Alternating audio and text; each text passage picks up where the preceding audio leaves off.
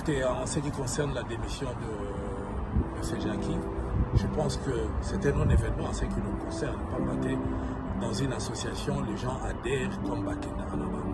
Donc ce n'est pas. Et d'ailleurs, pour la Jackie, ça doit être la troisième fois qu'Alobi a quitté ensemble. Donc j'espère que cette fois-ci, accueillir, il peut faire sa vie, il peut faire ce qu'il veut. Mais là où je ne suis pas d'accord avec lui, c'est le fait de traiter d'abord que Moïse Azali tribaliste. Ça passe pas. Au niveau de la Moïse, je pense que tout le monde connaît. Moi-même qui suis ici, dans un Kassayen, mais je fais partie de ces cercles restreints. Il y a un collaborateur à Moïse qui, à mon arrêt, qui n'arrête pas d'aller sans audience. Moïse vient chez moi et vraiment comme ma famille. Donc, qui n'a rien à voir avec les Katagais. Je pense qu'autour de Moïse, dans mon même pas Babépa. Parce que c'est aujourd'hui Salomon qui est de Maniema, aujourd'hui Dirkab Naye, Olivier Kamitato, qui est du Bandundu, aujourd'hui Don Pierrot, qui est de Maniema, aujourd'hui Coco, assistant personnel Naye, Aza, Moutuya Kasai, Moulouba Netika Kaye, Jacques Nengazoloba. Donc, Moïse autour de lui, au Baranae, El Nyonso, jamais la mona bandeko naye to ba proche naye biso ba to ala naye et puis er nyonso na kenake pa naye ayaka pa nanga. Donc ça n'a rien à voir. Donc le traité de tribalisme non. Moïse Katumbi est l'homme politique au na Congo tant comme gouverneur azongisela ba kasaye bandako na bango ba botolanga bandako ba bengalaka to kendanga na Moïse na kendaka na village na Kashobe to kendanga na epananga to kendanga na mbujima ina Moïse to kendanga na kananga Moïse ala ndako na kananga. Alors le traité de tribalisme muto azandengmana est quand même mal placé parce que c'est le seul pour nana qui est plus loin.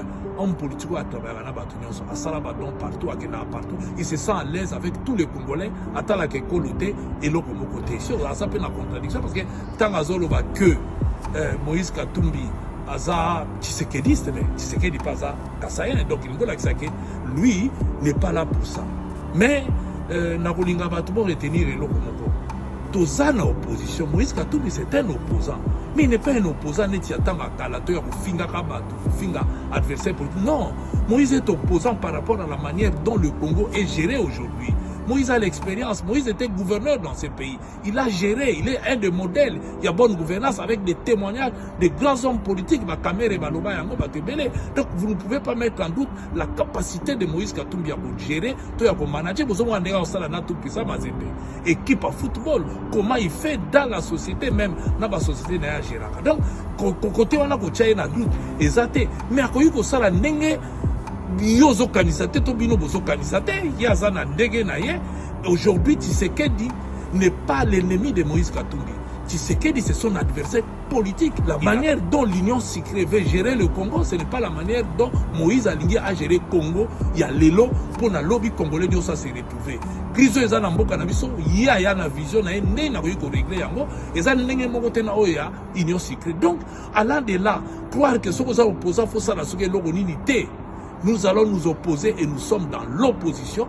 Et nous allons dire au peuple congolais ce que nous voulons pour le Congo de demain. Contrairement, il y a échec bien annoncé déjà, il y a union secrète. Donc, Togolanda été, Toza Awa, pour Nabolanda, Tosa la Dege Moutouara.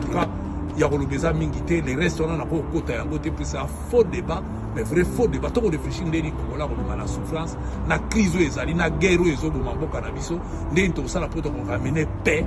La paix alimentaire, il y a peuple congolais. En tout cas, il y a le côté où on est athée. Donc, on a pour réagir les Arabes. Merci beaucoup.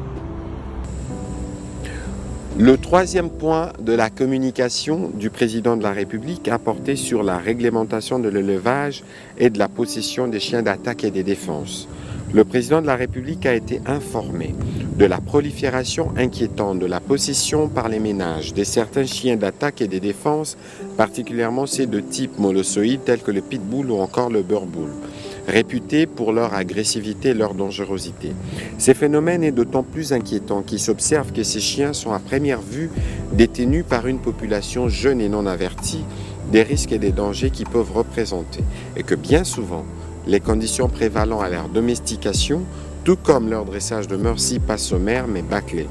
purement et simplement interdits de possession sous d'autres cieux ou uniquement tolérés au moyen d'une réglementation stricte assortie d'un contrôle obligatoire sur les aspirants propriétaires, ces chiens peuvent être à l'origine de bien de drames, souvent graves et parfois mortels. Il vous souviendra par exemple le triste accident survenu à Kinshasa le 24 février 2023 dans les districts de la Tchangou, où un enfant d'1 an perdait la vie de suite d'une attaque d'un pitbull. Attaque qui en son temps avait suscité l'émoi de toute une population et qui appelait à une réaction des autorités publiques demeurées silencieuses à ces sujets. Alimentée par la prolifération d'élevages non répertoriés, la reproduction clandestine et l'absence des réglementations quant à leur vente et à leur possession, la prolifération de ces chiens inquiète d'autant plus qu'elle s'est mue progressivement en un phénomène de mode encouragé notamment par l'organisation au grand jour d'activités foraines où les propriétaires canins, parfois encore mineurs, mettent en exergue souvent avec peu de précautions les propriétés de leurs canidés.